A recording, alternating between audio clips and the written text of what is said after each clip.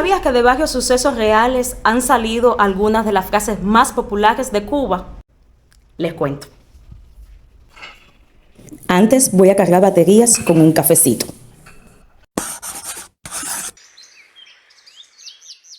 En los dos videos anteriores estuve hablando de un tema bastante amplio y colorido que dice tanto de la idiosincrasia del cubano, y digo cubano porque es de lo que sé, pero supongo que cada país tenga esos dichos, frases que se van transmitiendo a lo largo de su historia. Y creo que sea así cuando los proverbios chinos se han hecho tan conocidos por ser ancestrales. Pero tocaré el tema de los cubanos, que son los que me llegan a diario, y a consideración propia pienso que deben ser abordados desde varias perspectivas. Pero hagamos bien las cosas. Así que me presento, soy Arlenis, una madre que aprende a diario y que intenta hacerlos partícipes de ello. Si ya me has visto antes, gracias por dedicarme nuevamente parte de tu tiempo, y si eres nuevo por acá, pues bienvenido a esta familia y te invito a que te suscribas y actives la campanita para que estés al tanto de todo lo que va saliendo. Teniendo en cuenta algunos de los comentarios de vídeos anteriores relacionados con este tema, y voy a aprovechar para dejarles por acá una etiqueta de uno de estos vídeos para que usted pueda echarle un vistazo. Quisiera agregar o compartir con ustedes algo de información que olvidé y considero importante, puesto que ese vacío no me lo debo permitir.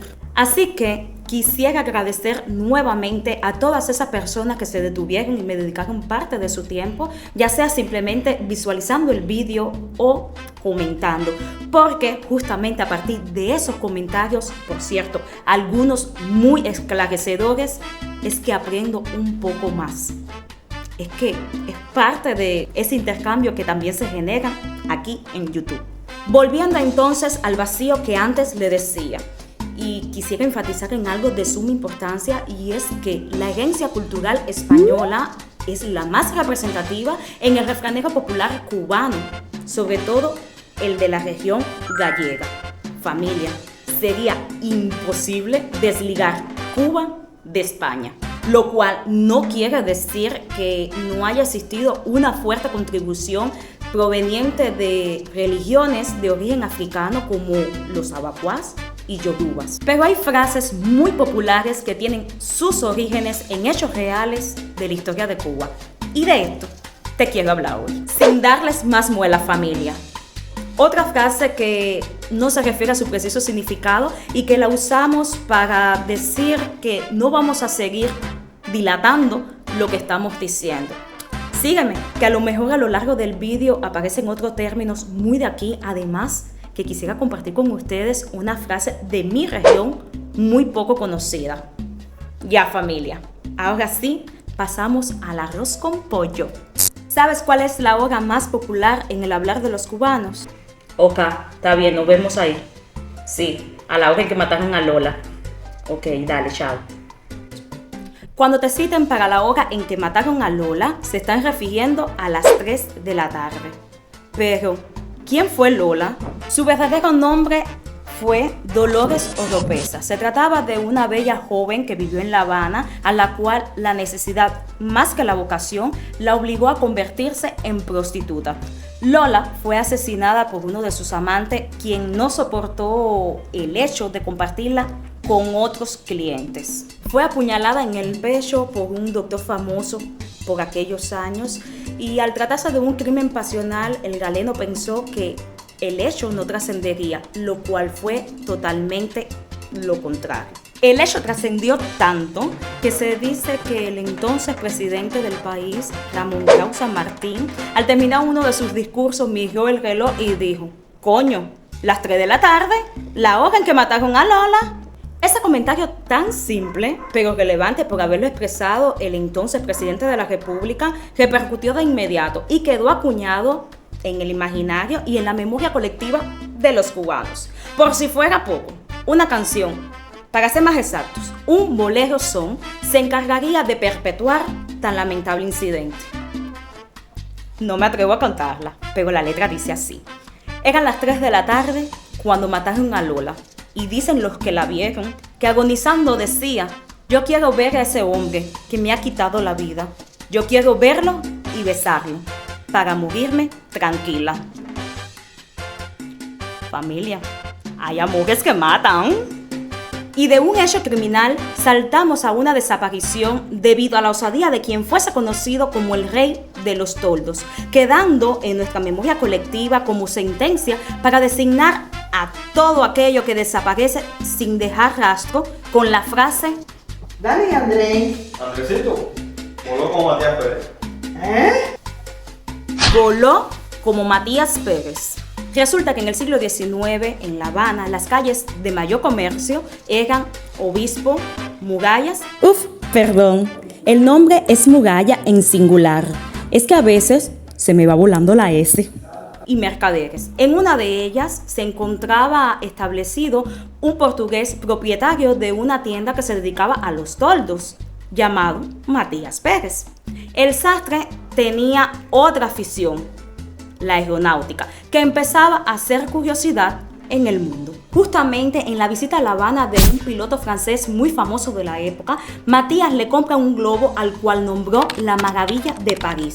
Hizo un primer viaje de 6 kilómetros en su Maravilla de París el 12 de junio de 1856 y como quien se le sube la fama para la cabeza, volvió a la palestra el 29 de junio de ese mismo año a las 7 de la noche. El Mati debió ser un tipo bien legal y socialmente disciplinado cuando le pidió permiso al capitán general español José Gutiérrez de la Concha. Según cuentan, habían fuertes vientos y apenas levantó el globo, fue empujado hacia el norte. ¿Para dónde? Para el norte, sí. Pero todo fue culpa del viento, señores. Caballero, que organizaron búsquedas para dar con el paradero del sujeto, pero ni rastro del globo ni de él. A partir de ese momento quedó entonces en la memoria popular la frase voló como Matías Pérez, para referirse a cuando algo o alguien se desaparece. La siguiente frase tiene más de 2 siglos y medio. Si le preguntas a un cubano cuál es la hora de los mameyes, te sabrán decir exactamente cuál es: la hora de la verdad o la hora de actuar. Tú vas a ver que a la hora de las mameyes ella se pierde. Seguro. La historia detrás de esta frase surge cuando la famosa toma de La Habana por los ingleses. Ingleses, esto me suena. Estaré dejando por acá arriba una tarjeta de algo relacionado con los ingleses. Bueno, ahora sí seguimos. Pues los ingleses eran muy fuertes en esa época y terminaron dominando la entonces Villa San Cristóbal de La Habana. Un detalle que muchos tenemos instaurado es que siempre se ha dicho que la invasión duró solo 3 días y fue 1 año con los ingleses en La Habana. Pero no solo estuvieron en La Habana, sino también tomaron el puerto de Matanzas. Bueno, en resumen, la cuestión era que los lugareños eran reacios a los invasores y hacían comentarios capciosos y con doble sentido. Los ingleses, por temor a hechos más graves, implantaron toques de queda cuando empezaba a oscurecer. A esa hora las calles se llenaban de los uniformados británicos cuyo color de la vestimenta era rojo, parecido al del mamey. Para aquellos que no sepan qué es el mamey, es una fruta tropical que por lo menos en Camagüey casi no se ve. Cosa de mi isla.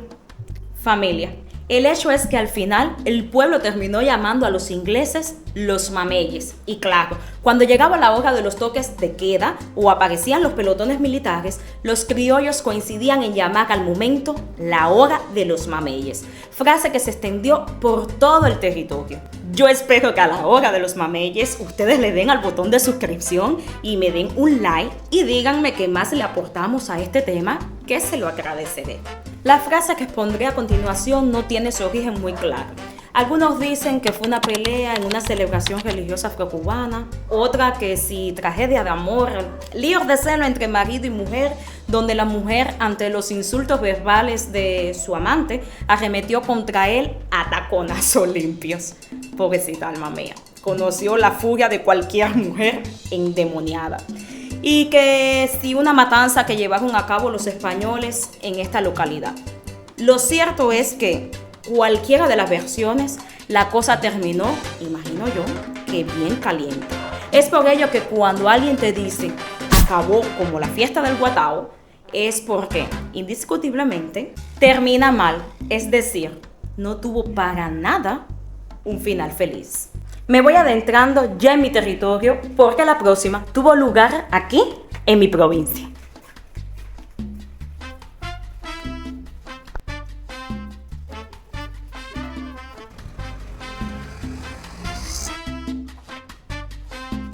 En 1966, el gobierno local en Camagüey, nombre de mi localidad, decidió nacionalizar los pocos negocios particulares que iban quedando ya en Cuba. Como detalle a los que no son de Cuba, en 1959 entra al poder los llamados barbudos, encabezados por Fidel Castro. Y es en 1961, si mal no recuerdo, se declara el carácter socialista de la nación. Con lo cual les digo que nada que estuviera fuera del Estado tendría larga vida.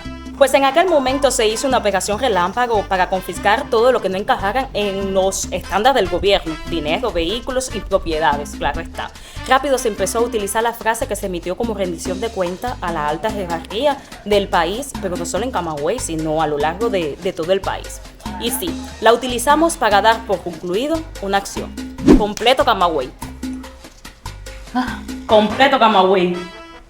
Antes les pedí que se quedara hasta el final de este vídeo porque les traigo una muy poco conocida en esta isla, incluso en mi provincia. Estoy segura que pocos saben de su existencia. Pero para esta empezaré haciendo la historia resumida del por qué esta frase. Esta historia no la pueden marcar en el tiempo porque no encontré referencia en qué periodo se desarrolla el hecho.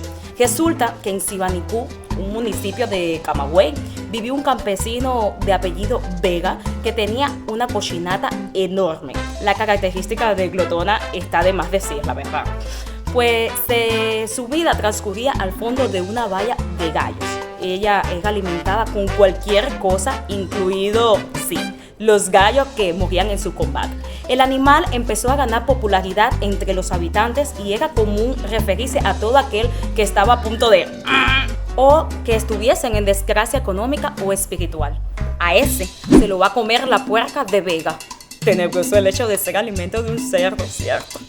Díganme si este último lo conocían, aunque no creo que muchas personas, sin importar su edad, conozcan de ella. Y como pregunto de esta, también está abierto si tienes una frase que se haya convertido popular a raíz de un hecho real. No importa de dónde seas, lo que importa es abrirnos a este mar de curiosidades que poco a poco se van quedando en el tiempo.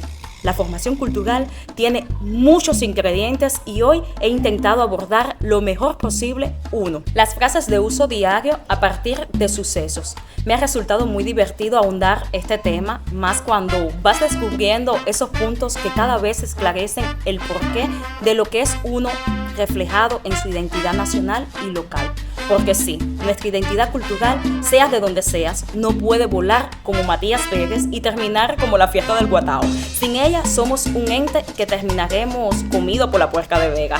Es a la hora de los mameyes cuando empieza a contar cuánto tienes en ti ese pedazo de historia que nutre y te encamina en la vida.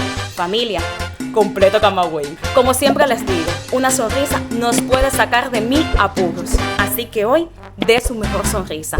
Nos vemos en otro vídeo. Bye, bye, bye.